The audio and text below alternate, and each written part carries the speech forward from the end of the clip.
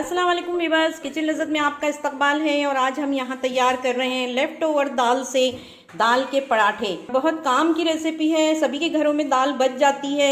अक्सर जिनके घरों में बच्चे होते हैं वहाँ पर दाल रोज़ ही बनती है, तो कभी कभी जब दिल चाहे पराठे खाने का, लेफ़्ट ओवर दाल से जो है आप इससे पराठे बना सकते हैं। तो चलिए किचन लज़्ज़त की तरफ चलते हैं और बनाते हैं दाल के पराठे। लेफ़्ट ओवर दाल है ये, जो कि हमने दोपहर में बनाई थी अपने घर में। इसमें मसूर और मूंग दाल है हाफ हाफ क्वांटिटी में। इसे हमने पका लिया था। तो देखिए ये है मेरे पास दाल। इससे मैं पराठे बनाऊंगी। गेहूं का आटा शामिल कर रही हूँ, पहले छान के और फिर शामिल करेंगे। देखिए अच्छी तरीके से छान लीजिएगा, एरिएशन भी हो जाएगा और जो कुछ इसके अंदर इम्प्योरिटीज़ होगी वो भी निकल जाएगी। हमने इसमें 250 ग्राम गेहूं का आटा मिलाया है। आप अपनी हिसाब से मिलाएगा जितनी आपकी ज़रूरत है। इसमें हम सॉल्ट शामिल करेंगे जायके के मुताबिक। याद रहे कि यहाँ पर दाल में भी हमारे नमक शामिल है, इसलिए सिर्फ आटे में जितना नमक की ज़रूरत है उतनी ही डालिए। थोड़ी डालूंगी इसमें हल्दी, धनिया पाउडर 1.5 टीस्पून, जीरा पाउडर। देखिए ये पेस्ट हमने बनाया है ओनियन, अदरक और लहसुन का। दो जो है मैंने इसमें लहसुन के डाले हैं, 1 इंच का टुकड़ा अदरक का शामिल किया है, एक मैंने दरमियानी साइज़ की प्याज ली है और इस सब का पेस्ट बना लिया है जो हम इसमें शामिल करने वाले हैं। देखिए यहाँ पर मैं कसूरी मेथी मिला रही हूँ आटे में और मैं इसे मसल के मिलाऊंगी। पहले हम स्पून से इन सब चीज़ों को मिला लेंगे अच्छी तरीके से।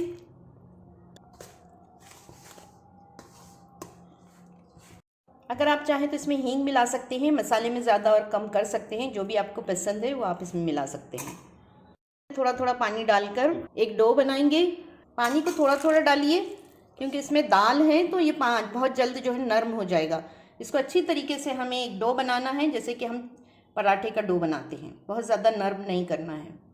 देखिए वीवर्स, मैंने ये तमाम चीज़ों को मिला दिया है। अब इसमें मैंने पानी नहीं डाला है, ये कुछ नरम है इसलिए इसमें आटा और मिलाएंगे हम।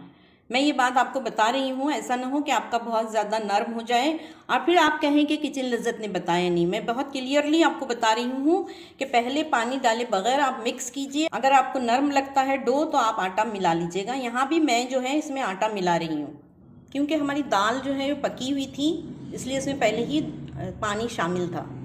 बस देखिए यहाँ पर ये डो तैयार हो गया है और इसमें पानी हमने बिल्कुल शामिल नहीं किया है। थोड़ा थोड़ा तेल लगा कर बस हमने इसको चिकना किया है। और अब मैं आखिर में जो है इसको थोड़ा सा ऑयल लगाऊंगी और इसे हम जो है छोड़ देंगे 20 मिनट के लिए। व्यूअर्स 20 मिनट्स के बाद मैंने ये डो जो है निकाल लिया है फ्रिज से। और देखिए यहाँ पर ये बहुत अच्छी तरीके से हो गया है सेट। अब इसके मैं पेड़े बनाती हूँ। देखिए इस आकार में मैंने इसको बेल लिया है और बहुत ज़्यादा मैंने मोटा नहीं रखा है इसको, पराठे को इतना ही मैंने इसकी देखिए थिकनेस रखी है। देखिए गैस पे मैंने पैन रख दिया है। मैं इसमें पहले कोई भी घी वगैरह नहीं डालूंगी। पहले मैं इसमें हल्के हल्के से बबल्स आएंगे तब जो है मैं इसको पलटूंगी। और मुझे जो है बहुत ज़्यादा भी बस गैस को बड़ी नहीं करना है अभी फ़िलहाल। अब मैं जो है इसको मीडियम कर रही हूँ गैस को। देखिए इसका कलर चेंज हो गया है। दाल क्योंकि इसमें पकी हुई है इसलिए हमें ज़्यादा कुछ एफर्ट करने की ज़रूरत नहीं है इसमें। देखिए मैंने यहाँ पर अब जो है फ्लेम को कर लिया है मीडियम टू हाई। बहुत अच्छी खुशबू आ रही है इसमें। ये बहुत ही अच्छे तरीके से ये सीख चुका है और इसको मैं निकाल रही हूँ अभी। यहाँ पे देसी घी लगा रही हूँ मैं इस पर। एक और पराठा मैं इसी तरीके से बनाऊँगी। देखिए यहाँ पर मैं ये पराठा डाल रही हूँ। तवे को बहुत ज़्यादा गर्म मत करिए, अगर गर्म है तो इसको फिर थोड़ी देर के लिए ठंडा कर लीजिए, उसके बाद पराठा डालिए नया। देखिए टर्न कर लिया है इसको, थोड़ा सा हर तरह से दबा के जो है इसको सेक लीजिए। अभी मैंने इस पर घी नहीं लगाया है, इस पर घी लगाऊंगी उस वक्त जब मुझे टर्न करना होगा।